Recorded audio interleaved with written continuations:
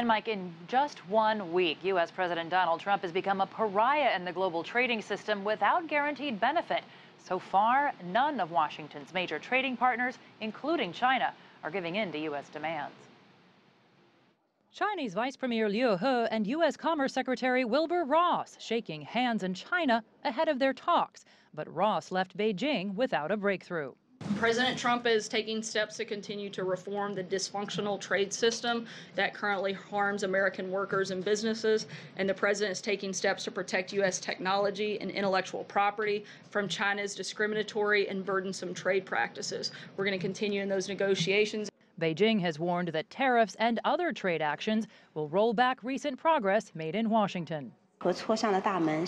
China's door to dialogue and consultations is always open. We are sincere to resolve relevant issues through consultations and dialogue. Last week, the U.S. launched tariffs on steel and aluminum imports from the EU, Canada, and Mexico.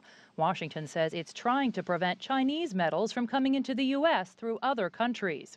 But at a meeting of major U.S. trading partners over the weekend, universal condemnation. Finance ministers saying when U.S. President Donald Trump arrives in Canada for the G7 economic talks, they'll demand he restore free, predictable, and mutually beneficial trade. The situation is serious. It can escalate. We will try to be proportionate and balanced here.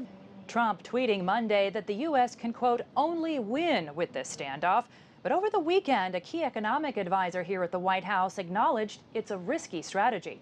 Can you honestly say that the possibility of trade disputes / trade war couldn't jeopardize that? Oh, it might. I don't deny that. You have to keep an eye on it. It's very precious. It could jeopardize that. It's possible, absolutely. I don't think it has right now.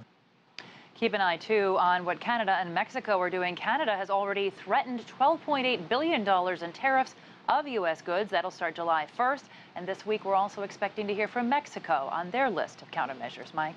And Jessica, the White House is using this national security concerns to justify these tariffs. But what's the rationale? What does the threat pose to the U.S. by foreign-produced steel and aluminum? It's a question we keep hearing from U.S. trading partners and allies, of course. In answer to that today, White House Press Secretary Sarah Sanders saying that national security is economic security. We've also heard Peter Navarro, one of the president's trade advisors, defend this position. He said over the weekend, without these industries, we don't have a country. They really see this as an issue that will win them points with their supporters domestically and help them politically as well. Mike? Jessica Stone from our newsroom, thanks so much.